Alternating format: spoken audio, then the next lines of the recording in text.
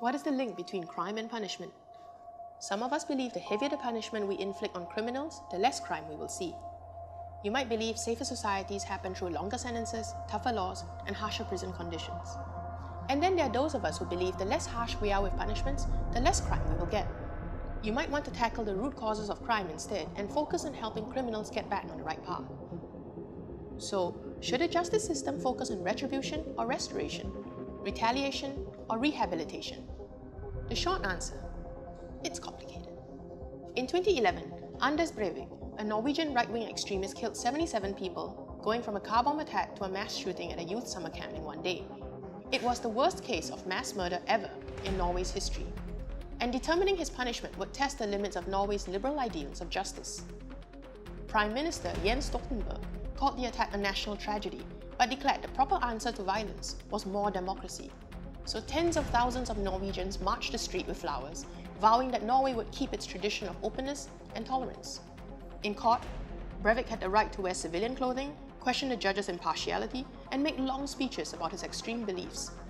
Breivik was found sane, and he refused to plead guilty. There is no such thing as a life sentence in Norway, let alone the death penalty. He got the maximum penalty of 21 years, extendable by 5-year increments as long as he remained a threat. He would, though, spend his sentence in solitary confinement, a punishment considered controversial in Norway, where prisoners spend 22 to 23 hours of their day completely isolated from all human contact. In 2014, Breivik sent a letter to the international media arguing that he was being subjected to torture-like living conditions that violated his human rights. The most controversial items on Breivik's list of demands were more human contact with other prisoners and outside visitors, including fellow right-wing extremists, an upgrade of his PlayStation 2 to a PlayStation 3, and access to more adult PlayStation games of his choice. Two survivors of his massacre offered surprisingly different responses. Emma Martinovic called on Breivik to take your punishment as the coward you are. You are complaining that you're having a hard time in jail when you don't even know what it means to have a hard time. But another survivor, Ali Esbati, argued that the idea of vengeance, that he should suffer very much, or that we need to be extremely harsh on him, is not very dominant in the Norwegian debate, and that is a strength of Norwegian society. In 2016, a Norwegian district court eventually ruled in Breivik's favor that the Norwegian state had indeed breached the European Convention on Human Rights.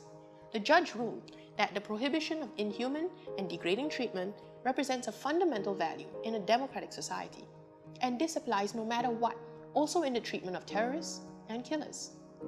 The Norwegian government disagreed and is appealing against the court's ruling in 2017. Norway probably has one of the most liberal approaches to crime and punishment in the world. Its prisons are infamous for being extraordinarily comfortable and full of opportunities for prisoners to get access to healthcare, leisure, education, and employment. Breivik's cell actually had 3 rooms and was even more well-furnished to make up for him being kept in solitary. Many people used to more punitive justice systems do think Norway is crazy to take the principle of restorative justice to such extremes by treating its prisoners so well. But there are others who think Norway is still not progressive enough. Researchers who study the psychological effects of solitary confinement might argue that solitary confinement, even in a lap of prison luxury, is just still too harsh and pointless a punishment. They will point out that in the case of Breivik, isolation seems to have only made him more of an extremist than ever and highly likely to re-offend. Your response to the Breivik case on whether his punishment befit his crime really depends on where you stand on the broad spectrum of political beliefs. How do you know where you stand in any general debate on crime versus punishment? We could look at this issue through the psychologist Jonathan Haidt's moral foundations theory.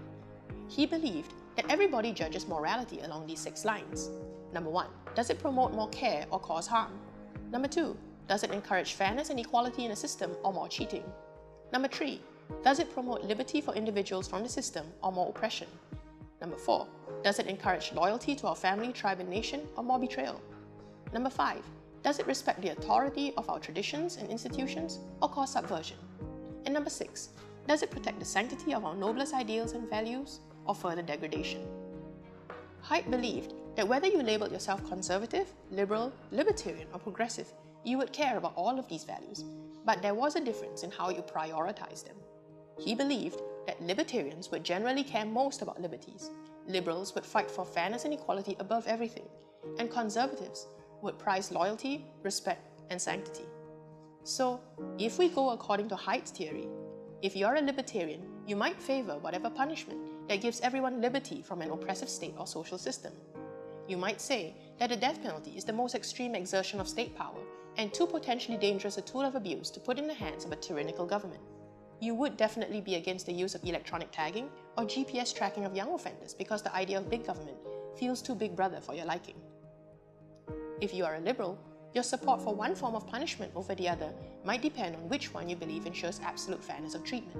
According to Haidt, your greatest concern might be that no one, even the worst of criminals, is cheated of their rights as equal citizens under the eyes of the law.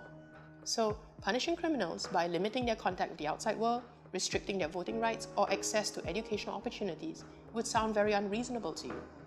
You would want society to take equal responsibility for contributing to the socio-economic environment that drove someone to the criminal life. You would believe in restorative justice and would prefer to solve crime by funding social programs that create more equal opportunities for offenders to turn their life around. You might oppose most forms of retributive punishment for taking away any opportunity for rehabilitation, such as the death penalty, chemical castration for rapists, having a public registry of sex offenders, or permitting public access to criminal records. If you are a conservative, you would care about individual liberty and fairness, but not at the expense of the authority of the state or the value of institutions you hold as sacred. For you, tough punishments are a necessary evil to keep values intact, institutions strong, and society stable. So, the solitary confinement of a whistleblower like Chelsea Manning for sharing state secrets, or the imprisonment of a suspected terrorist without trial, might sound justifiable to you. You would be against lessening sentences on low-level drug pushers and drug mules because, for you, to do so is to degrade the sacredness of the lives of innocents lost to drugs. But these are very broad generalizations, of course. Many of us will hold a surprising mixture of views, libertarian, liberal, or conservative, and we are more diverse than we think, even within ourselves. We are more than our labels. Perhaps, when we just get more curious about where each other's beliefs come from, we might be able to find something we can both agree is really, really worth fighting for. Thanks for watching. For more videos in our It's Complicated series, subscribe to our channel. And if you want to learn more about how the world works, click on the links below this video to get a free trial class at School of Thought, or subscribe to our Broader Perspective magazine.